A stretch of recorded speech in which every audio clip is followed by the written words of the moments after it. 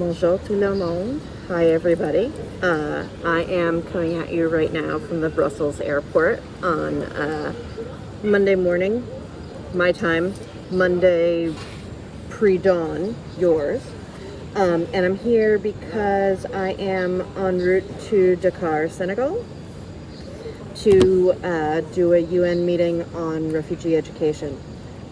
Which is what CMIC works on, for those of you who have come to know more about CMIC.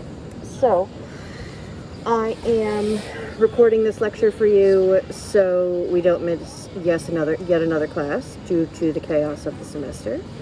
And I'm hoping that we can still kind of have a productive interaction using Brightspace. I'm going to make a Brightspace discussion space with some discussion questions for today's readings or tomorrow's readings, whatever day it is, whatever time it is. So what I wanted to do to kind of get us going is talk a little bit about some of the concepts from the readings for today, and then once we have those concepts kind of laid out, then that's where we'll talk about the moving beyond and what you guys will do on the discussion board. If people have questions for me, the most important thing to know about the project is that it no longer matters if you're in a group, if you're going to work by yourself, because I'm going to change the assignment to being an individual assignment, because more of you guys are working individually than together, which is totally cool. It just means I need to change the logistics. So you don't need to stress about that. And the other thing is the Learn by Teaching. First, I'm going to try to get you feedback as soon as possible. I do have a lot more airplanes to be on, so there's that. Second, if you are interested in making your project part of the repository for our class's materials, I'm going to be sending an email later this week about how you should do that. If you want to wait till my feedback is in, that's totally fine. There will be obviously a quality check before it's posted, so if there's a big thing that needs to get fixed, it'll get fixed, but otherwise, that's all. Okay, so I'm going to try to speed through this. People are going into my gate, even though my flight's not for 2 hours. Okay, I'm going to do this. This isn't 2 hours worth of material anyway. So the first thing I wanted to talk about is the concept of everyday politics, which is pretty important to my work as a scholar, so I feel very strongly about it, which is why we have this week's session. So in a lot of people's minds, politics is about the extraordinary, right? It's about the things that happen within very defined spaces, right? The political is only that which happens in reference to the state, that which happens in reference to like very particular systems or whatever. I have a notion of the political that is much broader, and I think most of us do. And the argument I always want to make about the everyday is that we experience politics through the everyday. Everyone does, because the amount of time during which you are doing the kind of formal, explicit political stuff is much less than the amount of time during which you are doing things that are part of your everyday life, but in fact either are part of systems of power or intersect with governance, right? So do you spend more time voting or doing your taxes? Do you spend more time debating the nature of legislation, or do you spend more time caring about garbage pickup, right? An example I've used a million times for this, right, is the role of door-to-door mail delivery service in people's frustration with the Conservatives prior to the 2015 campaign. Obviously, there were a lot of other things people were mad about, but people were mad about the cuts to Canada Post, right? At least here in Ottawa they were. And so while I wouldn't want to say that was causal in any way of Trudeau's win, right, like, that was one of the first things he promised, and he followed through on it, that he wasn't going to take away door-to-door delivery for anybody who hadn't already lost it, right? So that's a question of government policy, but it's also people feel it in their everyday. Like, what do you mean I need to walk to a community post box? So this is what I mean by saying we experience the political through its effects on our everyday life. And that also means when we make decisions about politics, when we make decisions about what we're going to do or how we're going to behave, everyday life and the way it impacts us is central to that decision process, right? So that's what's going on. It's why I think talking about the everyday is so important. I also think it's particularly important for studying social movements. The first reason is because so much of what happens in social movements happens in the social interactions between the members. And I think this is something that pops up a couple times in today's readings, right? The relationships among people are central for social movement activity. Social movement claims are also frequently deeply grounded in people's everyday experiences. Right? They aren't, people make claims on the basis of abstract principle in social movements all the time, absolutely. But frequently, even the most abstract principled arguments are grounded in people's lived experience, right? So therefore, we need to take lived experience seriously. And if this is all sounding like, yeah, obviously this is politics, it's worth saying that political science has not traditionally conceptualized any of these things as political, or all of these things as political, right? This is sociology, this is something else, right? And so those of us who work on these elements of politics or have an analysis of politics for which is essential have to continually be to other political scientists like, this thing over here. And I think I know since many of you guys are deeply involved in either the bureaucratic state or electoral politics, because of course you are, that's why you're political science students, right? Probably, stopping and thinking about how people who don't have that vibe are thinking about politics is really important. Okay, so that is point one. Got my phone here so I can remember my points. Point two is about emergence, right? Which I think Dave makes a very, very good argument about in her chapter, which is how do we come to know an issue as a problem? And I alluded to this in my kind of opening thoughts by thinking about we come to know it's a problem because of people's everyday experiences, right? Something can't be raised as a political subject until everybody, or until at least enough people are able to raise it. So the first thing you need to do is be able to articulate that the demand exists, right? Which means you need to be able to identify the problem. And you need to be able to use the way in which it emerges to centralize, right? So in Dave's case, she's talking about how the controversy over the film Fire, which is a great movie, you should watch it, helped make the subject of the lesbian legible in Indian politics. And it made it possible for people to start doing different types of queer organizing. It also made it possible for people to understand themselves differently, right?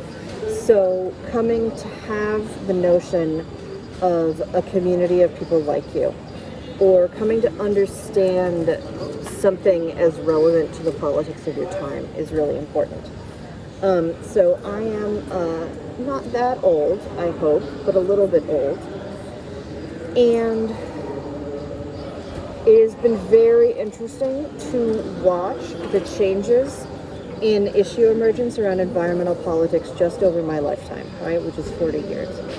Which is to say that the science of climate change has developed over the past 40 years, but like the basic outlines of, hey, greenhouse gas emissions are bad and we should do less and therefore we should, protect the environment because this could get bad. No, we've known that since my childhood, right? This is old news. But the emergence of this as a political issue is much more recent, in the sense that what environmental protection looked like in the 80s and 90s was about recycling, getting rid of solid waste because our landfills were getting full. It was about the type of pollution that you directly experienced, right? Dirty water, toxic waste in communities, right? Particularly in communities of color. This is still a huge issue. It was about kind of very concrete things people experienced that were about that, right? And in order to get to the climate, or it was about, saving particular animals or protecting wild habitat, stuff like that, right? Whereas now, the issue of decarbonization, right, is the new metric by which we talk about environmentalism, right? So if somebody says all the things about, recycling that they would have said in my era of my childhood, right? We're all going to think they're ridiculous because they're not addressing the real problem, which is climate change, right? Because it's moved from being a kind of very, there's lots of things you can do for the environment and everybody could do their part, blah, blah, blah. Right? And how do we encourage lifestyle changes, blah, blah, blah, to okay, the world is actually going to end. What are we going to do about it? Right? So the stakes have changed and the issue has emerged differently, right? And this is over a fairly short time horizon. I say, as somebody who is committed to the idea that 40 years is still a short time horizon. Okay.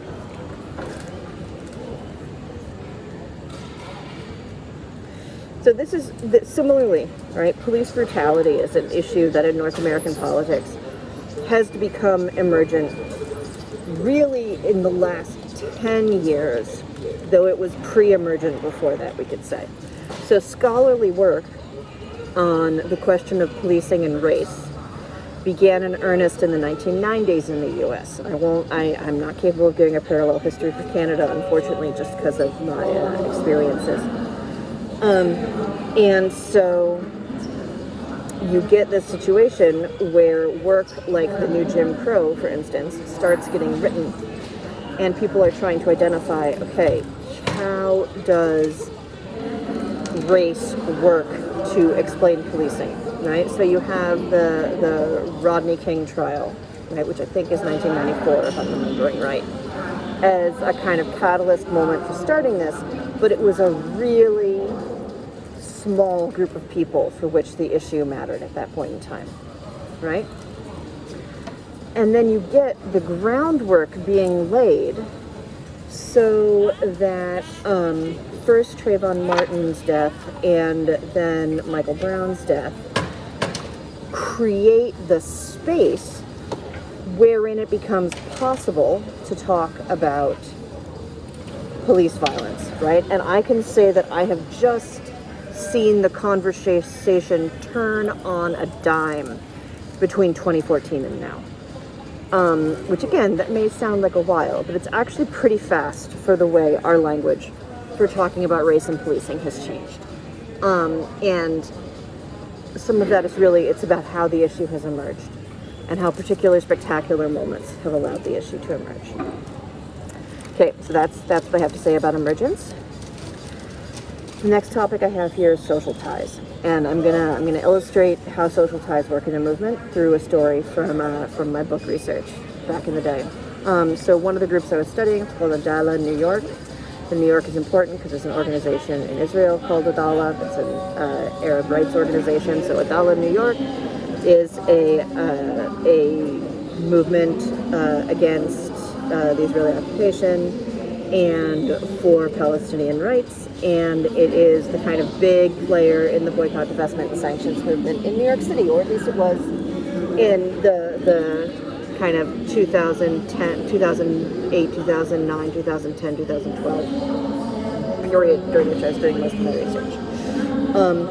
And the thing that struck me very concretely about it as I was doing fieldwork with the group is how intense the social ties were within this group. The first thing is that people experienced a lot of common solidarity, right? They joked around with each other, right? As if they were really good friends, because they were really good friends, right? They had the ability to make fun of each other in ways that were, friend making fun of each other. They also, even though it was a group that was ethnically diverse, they had internal modes of practice that made it easier to collaborate across ethnic lines, right?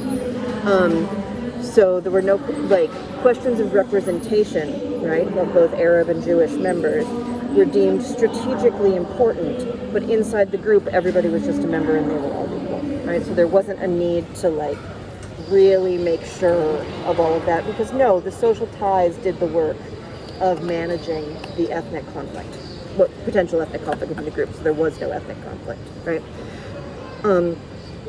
It was also for me a little bit of a disconcerting experience because I walked into one of their meetings and encountered somebody who'd I'd organized with years before on a project that had been awful, right? And just awful for me. And so I was kind of like, oh, have I just burned all my ties because I, did this thing 3 years ago? And the answer was no, it was fine. But that was definitely a moment I had.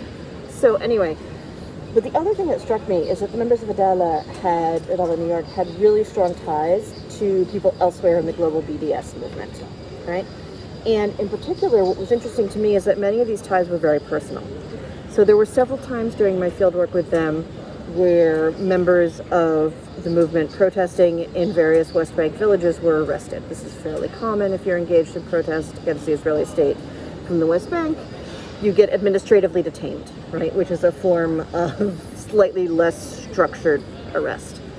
And so when people were arrested, they weren't referred to as an activist who was important, but they were referred to as Muhammad, right? They were individuals who were known to people in the group. Similarly, one of the members of the group had a cousin who was a big name in BDS activism, who's I think he's a citizen of Israel, but he's a Palestinian, and there would be who's going to call him, right? And there was a funny joke one time about him making fun of her singing at a protest another member had attended in Israel, right? And she's like, oh, I'm worried about him, and he's making fun of my singing on the video we made, right? And similarly, when somebody needed to be kept in the loop from one of the international committees, it was always on a first-name basis, right? So here, the social ties among members of the group allowed them to work more efficiently. And between members of the group and members of the broader movement facilitated that, right? Part of the reason Adalah New York is so important in the modern BDS movement, I would argue, right, is because of this density of social ties. So it represents more than just a single organization, right? And so those kinds of social ties help construct the bigger version of a movement. And this brings me to my last point, which is about prefiguration, right? And I think the Occupy Wall Street article does a good job kind of talking about the benefits and drawbacks of prefiguration. One of the reasons that people engage in prefiguration is because it's really hard waiting for the change to come, right? If you can't fix the big problem, how can you make it suck less to live in the world before the big problem? That's a good question. That's a meaningful question. And I think people engage in prefigurative practices both because they say, I want to live in the world I plan, I dream of, and also because they say, how could I act otherwise, right? I am happier doing this. It works more for me, right?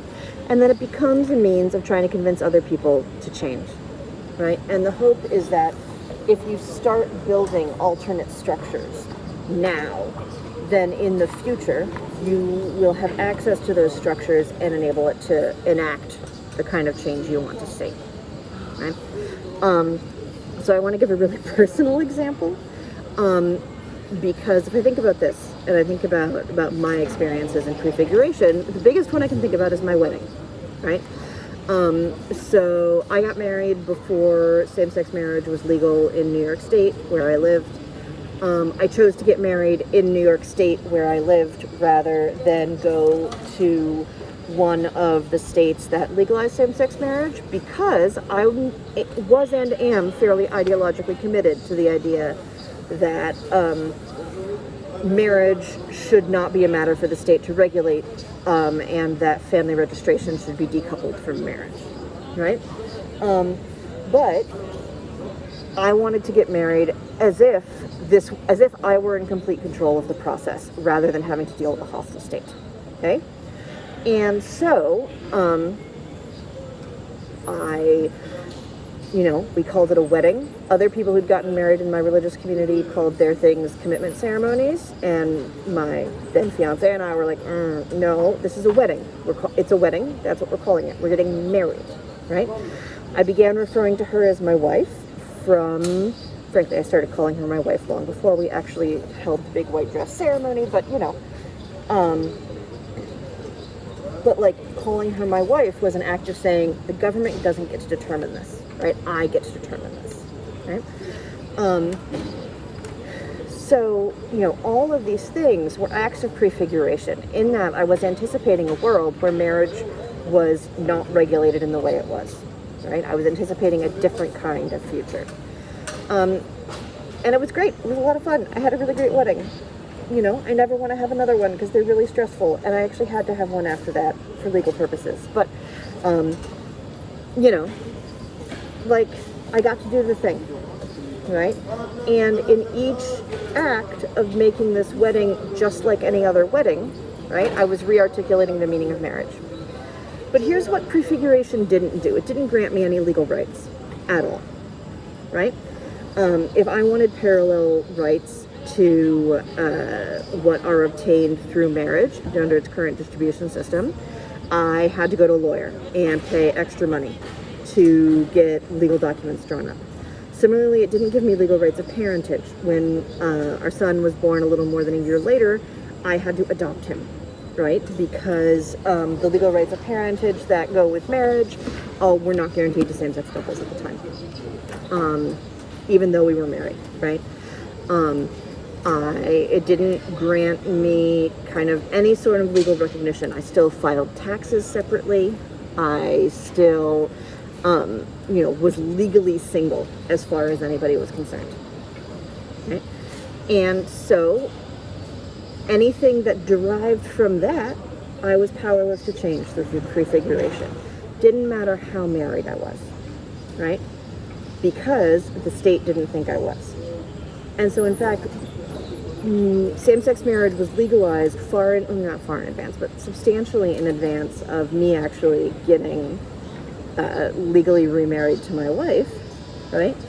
Because I was kind of mad about the fact of legal marriage. Anyway, I'm still kind of mad about the idea that the state controls this process.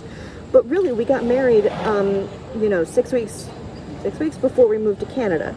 Why did we get married? Because it's a lot easier to get to immigrate with somebody as a legal spouse than a common law partner to whom you have to prove your relationship, right? It just turned our relationship from here are bank accounts and here's same address and blah, blah, blah, to here's a single piece of paper that means this relationship halas. And it also meant I felt comfortable when my second kid was born in Canada. We didn't go through second parent adoption because it's it's fine. It's less scary here, right? All of which is to say, what prefiguration could give me was a kind of social assurance that I had communicated my demand. And what it couldn't give me was the rights that came from that demand, right? But I would argue, in the case of same-sex marriage, that prefigurative practices were essential for changing people's minds, right? The consensus on same-sex marriage has changed intensely, again, over my adulthood, right? In that it went from a maybe someday to a completely normal in the U.S. Obviously, it was completely normal for a lot longer in Canada, but we'll leave that alone for right now, right? And so watching that process happen, part of the way it's been able to happen is that people prefigured what marriage equality would look like. They did it. They acted as if. And then some of those people used the law on their behalf, right? So I talked about the Varnum v. Bryant case, right? Which was the case that legalized same-sex marriage in Iowa in the U.S. Right? So you've got this kind of, you know, the Varnums were willing to go to court to make the argument, right? Whereas I can tell you, my wife and I considered being a test case for parental rights in New York State based on complicated things, and then we were just like, we are too tired to be a test case, and we don't have the money for lawyers, right? Because we could have tried to. There was a thing we could have done, but this is it, right? Sometimes you don't want to be the test case. Sometimes instead, you want to be the person living the reality and waiting for the law to catch up to you. And this doesn't even get to the question of what do you do when you have demands that exist outside the systems, which is the issue addressed in the Occupy Wall Street article, but I think it is worth thinking about what does prefiguration look in different contexts. So those are the notes I had to give and the kind of reflections I had. I'm going to ask you guys to come up with examples of emergence, social ties, and prefiguration from movements you've been a part of or observed or from the readings. In the discussion board for this week, which I will set up at this point, probably not till maybe before I get on the next plane, maybe after. So that's what I've got for today. I am looking forward to seeing you all next week. Next week we are going to do micro presentations where you have 5 minutes to present your project to other people in a group, and you may use one slide, and that is it. This is not going to be formally assessed. This is a way to get feedback and practice condensing what you have to say down to something pretty fast. I hope you're all well. If you email me, I will try to get back to you. I do not know what my connectivity situation is going to be, but at least at the hotel I will have some. And I will see you all on the internet. Bye.